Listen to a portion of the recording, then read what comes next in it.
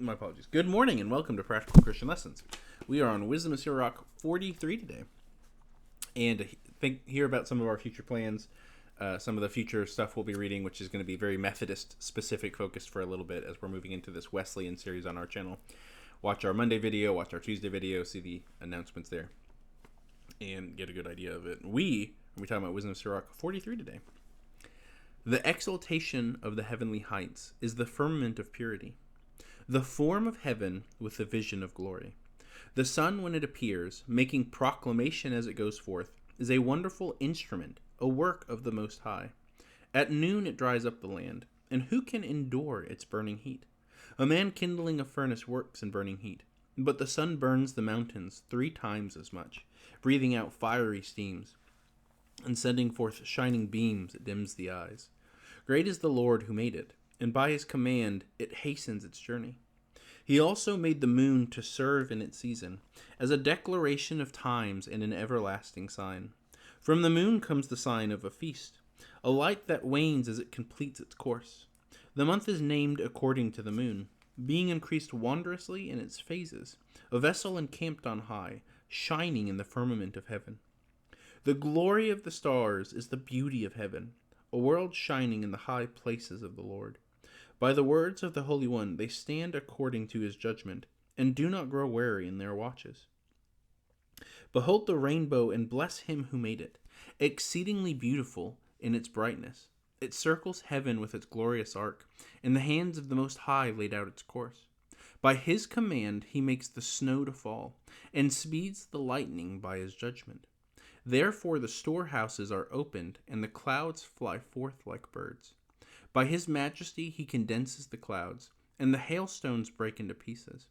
At his appearing the mountains are shaken, and by his will the south wind blows. The voice of his thunder makes the earth tremble, and so do the hurricane from the north, and the whirlwind as well. He sprinkles the snow like birds flying down, and its descent is like grasshoppers alighting. The eye marvels at the beauty of its whiteness, and the heart is astonished at its raining day. He pours the hoarfrost like salt upon the earth, and when it freezes it becomes like pointed thorns. A cold north wind blows, and ice freezes on the water, and forms on every pool of water, and clothes the water like armor. He consumes the mountains and burns up the desert, and withers the green herbage like fire. A mist quickly heals it all, and falling dew brings refreshment from the heat. By his reasoning he quieted the great deep, and planted islands in it. Those who sail the sea recount its dangers, and are amazed at the reports coming to our ears. For therein are the incredible and wondrous works, a diversity of many living things, and a created order of huge sea creatures. Because of him, his messenger has a prosperous journey, and by his word all things are held together. We will say many things and not reach the end, but the sum of our words is seen as this: he is the all. How shall we ever be able to adequately praise him? For he is greater than all his works. Fearful is the Lord, and exceedingly great, and wondrous is his power. Glorify the Lord and exalt him as much as you are able, for he will surpass even that. And when you exalt him, put forth all your strength. Do not grow weary, for you cannot exalt him enough. Who has seen him and will describe him? And who can magnify him as he truly is? There are yet many hidden things greater than these, for we have seen but a few of his works. For the Lord made all things, and gives wisdom to the godly. As a Wisdom of Sirach 43, and if you watched our video yesterday, we talked about reflecting on creation and how it points to God, and as you can tell, that is what a majority of this chapter was about. And I encourage you to still do that. I intentionally did set it up here to focus on this last part, verses 27 through 33, which is actually headed as, how do we praise him? And I think that's an important question in our modern time. Really, always. That's a question the church does actually need to constantly be asking itself, and make sure that we're doing it reverently. And I think that is something that we in the West, I can't speak to the East. I'm sure that there are people in the East who do this as well, but I can't speak to that from any level of experience.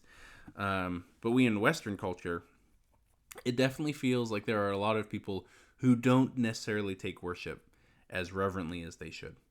And that's not like necessarily to just sit here and critique worship styles. As much as my personal taste is more of the older traditional, I like the hymns, I like very heavy liturgy. That's kind of what I lean to. I'm not much for the contemporary style, but I'm also going to say with full confidence that the contemporary style, for the most part, is completely acceptable. It is within the bounds of reverent worship and is something that is perfectly fine to have in churches and is a valid way to worship God. I've been in and seen enough of contemporary services to know that there are people who are truly worshiping and praising God there and that the Spirit is moving.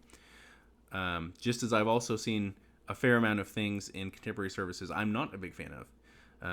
I know a lot of people like to just take jabs at like the mega churches and like the one out of Australia. They had the huge documentary. I'm going to be the world's biggest idiot on the internet for forgetting their name right here. I can't remember their name. I'm going to say Mars Hill, but I don't think that's it. But anyway, of like running smoke machines and having laser light shows. But I think that's it. That is a big problem. And not necessarily just because like, oh, they're running smoke machines. Like you have incense in some other places around the world. You know, what is the big difference between a smoke machine and incense? It's not necessarily a difference in the tool, and that's not my critique. I'm not necessarily critiquing the things that people are using. I'm more critiquing the way that people are using them. And that is super important for us in the West because a lot of people, when they're making their worship services in these huge shows, they're not necessarily thinking about what is the way that we can most be reverent towards God and bring the environment of worship to where it needs to be. They're more thinking, how can we get as many people in the door as possible? How can we make this as big and flashy as possible?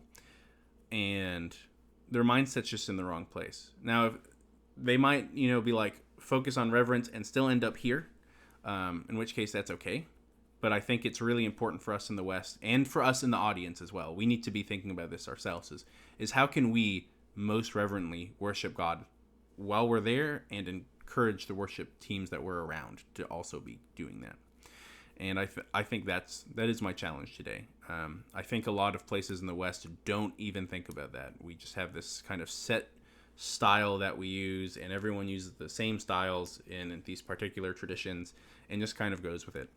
And there's nothing wrong with using the same styles and using the same songs and using the same rhythm you've been using for years or centuries in some places. But we do need to think about why it is we're doing that and look at what we're doing here in the physical world and be like, okay, are these two things matching up? Are we being as reverent as we can? Are we giving proper worship? Are we giving proper praise? And if not, what can we do to adjust that? That's just my thoughts and my reflections on this today. You guys have a wonderful day and God bless.